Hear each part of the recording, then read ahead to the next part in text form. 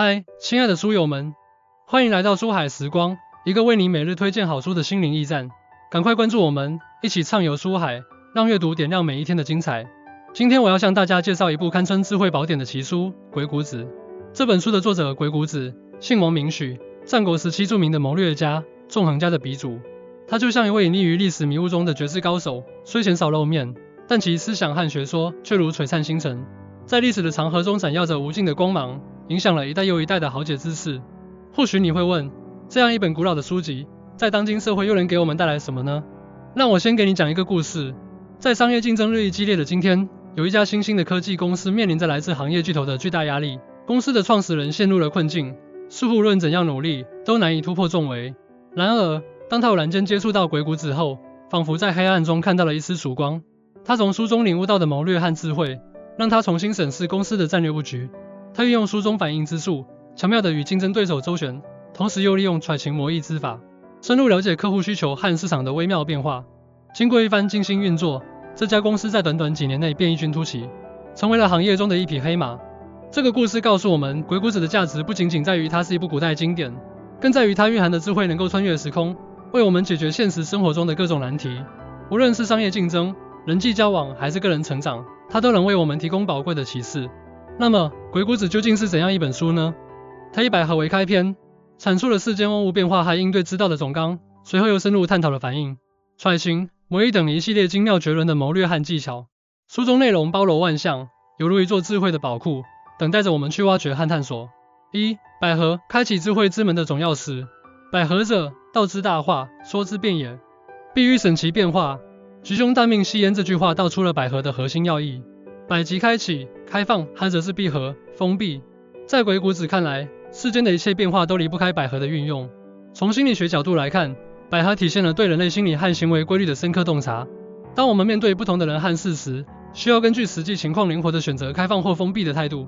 例如，在谈判场合中，如果我们一开始就毫无保留地把自己的底牌全部亮出，那么就很容易陷入被动。而如果我们能够巧妙地运用百合之术，先进行适当的试探和引导，在了解对方的意图和需求之后，再有选择地展示自己的优势和条件，就能够更好地掌控谈判的节奏和方向。在实际应用中，百合可以体现在我们日常的沟通交流中。当我们与他人交谈时，可以通过开放式的提问和积极的倾听，这是百合的体现，让对方感受到我们的尊重和关注，从而愿意与我们分享更多的信息。同时，在适当的时候，我们也要学会保持沉默或者转移话题，这是和的运用，以避免陷入不必要的争论或者尴尬的局面。比如，在家庭聚会中，当亲戚们开始讨论一些敏感话题时，我们就可以运用和的技巧，巧妙地转移话题，避免引发不必要的矛盾。2. 反应，洞察人心的妙法。反以观往，复以验来，反以知古，复以知今，反以知彼，复以知己。这句话揭示了反应的深刻内涵。反应并非简单的重复，而是一种通过逆向思考来洞察事物本质的方法。从逻辑上讲，反应运用了逆向思维和对比分析的原理。在生活中，我们常常习惯于按照常规的思维方式去看待问题，而反应则要求我们跳出这种思维定式，从相反的角度去思考问题。例如，在市场营销中，当我们想要了解消费者对一款产品的真实需求时，不能仅仅局限于询问他们对产品的直接感受，这是常规思维，而可以通过观察他们在使用其他类似产品时的行为和反应，这是反应的运用，来推断出他们对这款产品的潜在需求。在具体应用方面，反应可以帮助我们更好地理解他人。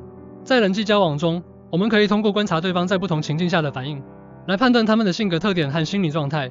比如，在工作中，如果一位同事在面对压力时总是表现出焦虑和逃避的行为，那么我们就可以推断出他可能是一个抗压能力较弱的人，从而在与他合作时采取更加谨慎和包容的态度。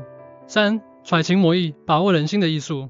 揣情者，必以其甚喜之时，往而及其欲也。其有欲也，不能引其情。必以其甚惧之时，往而及其恶也。其有恶也，不能引其情。这句话生动地阐述了揣情谋议的技巧。揣情就是要深入了解对方的情感和心理状态，谋议则是对对方意图的揣摩和把握。从心理学角度分析，揣情谋议抓住了人类情感和行为的关联性。当人们处于强烈的情感状态时，往往会暴露出内心深处的真实想法。例如，在销售过程中，销售人员可以通过观察客户在看到产品时的表情变化和肢体语言，这是揣情的运用，来判断他们对产品的喜好程度。同时，销售人员还可以通过与客户的交流，巧妙地引导客户表达出他们的需求和期望，这是谋议的体现，从而更好地进行产品推荐和推销。在实际生活中，揣情谋意对于我们处理人际关系至关重要。在与朋友相处时，如果我们能够准确地揣摩出他们的情绪变化和内心需求，就能够给予他们更加贴心的关怀和支持。比如，当朋友遇到困难时，我们可以通过观察他们的言行举止，了解到他们内心的焦虑和不安，然后及时的给予安慰和帮助，让他们感受到我们的真诚和温暖。4. 非钱，掌控局面的利器，凡助权量能，所以真远来近。立事而治事，必先察同意，别是非之语，见内外之词，知有无之术，决安危之计，定亲疏之事，然后乃权量之。这段话阐述了非钱的策略。非钱是一种通过诱导和控制来达到目的的方法。从逻辑和心理学的角度分析，非钱运用了心理暗示和利益诱导的原理。在社交场合中，我们可以通过巧妙的语言表达和行动引导，让对方按照我们的意愿行事。例如，在商务合作中，我们可以通过向对方展示合作的美好前景和潜在利益，这是非的运用，来吸引对方的注意力。同时，我们还可以通过设置一些条件和要求，这是钱的体现，来对对方进行适当的约束和控制，从而确保合作的顺利进行。在实际应用中，非钱可以帮助我们更好地影响他人。在团队管理中，领导者可以通过运用非钱之术，激发团队成员的积极性和创造力。比如，领导者可以向团队成员描绘团队发展的宏伟蓝图，并设定一些具有挑战性的目标，以此来激励团队成员努力工作，为实现团队目标而奋斗。五和，灵活应变的智慧。事无常贵，事无常失，圣人常为无不为，所听无不听。成于事而合于计谋，与之为主。这句话体现了五和的思想。五和强调的是，在面对复杂多变的情况时，要能够灵活地调整策略和行动。从哲学和心理学的角度来看，五和体现了对事物发展规律的尊重和对自身能力的清醒认识。在生活中，我们常常会遇到各种意外情况和突发事件，如果一味地坚持原有的计划而不懂得变通，就可能会陷入困境。而五和则告诉我们，要根据实际情况及时地调整自己的策略和行动，以适应环境的变化。例如，在创业过程中，创业者可能会遇到市场环境的变化、竞争对手的崛起等各种挑战。如果创业者能够运用五和之术，根据市场变化和自身情况，灵活地调整创业策略，就能够提高创业成功的几率。6. 兵不厌诈，谋略的精髓。兵者，诡道也，故能而示之不能，用而示之不用，近而示之远，远而示之近，利而诱之，乱而取之，时而备之，强而避之，怒而恼之，悲而骄之，义而劳之，轻而离之，攻其无备，出其不意。这段话是兵不厌诈的经典阐述。在鬼谷子看来，谋略的运用要讲究策略和方法，要善于运用各种手段来迷惑和战胜对手。从心理学和博弈论的角度分析，兵不厌诈揭示了人类在竞争和对抗中的心理博弈。在竞争激烈的环境中，我们不能仅仅依靠实力，还要善于运用谋略来获取优势。例如，在商业竞争中，企业可以通过运用兵不厌诈的策略，发布一些虚假的信息或者制造一些假象，来迷惑竞争对手，扰乱他们的判断，从而在市场竞争中占据有利地位。通过以上对鬼谷子和新内容的解读，我们可以看到这本书蕴含着无尽的智慧和谋略，它就像一位智慧的导师，为我们指引着前进的方向。鬼谷子的价值不仅仅在于他提供了一系列的谋略和技巧，更在于他教会我们如何运用智慧去应对生活中的各种挑战。他让我们明白，在复杂多变的世界中，只有不断提升自己的认知水平，灵活地运用各种策略和方法，才能够在激烈的竞争中立于不败之地。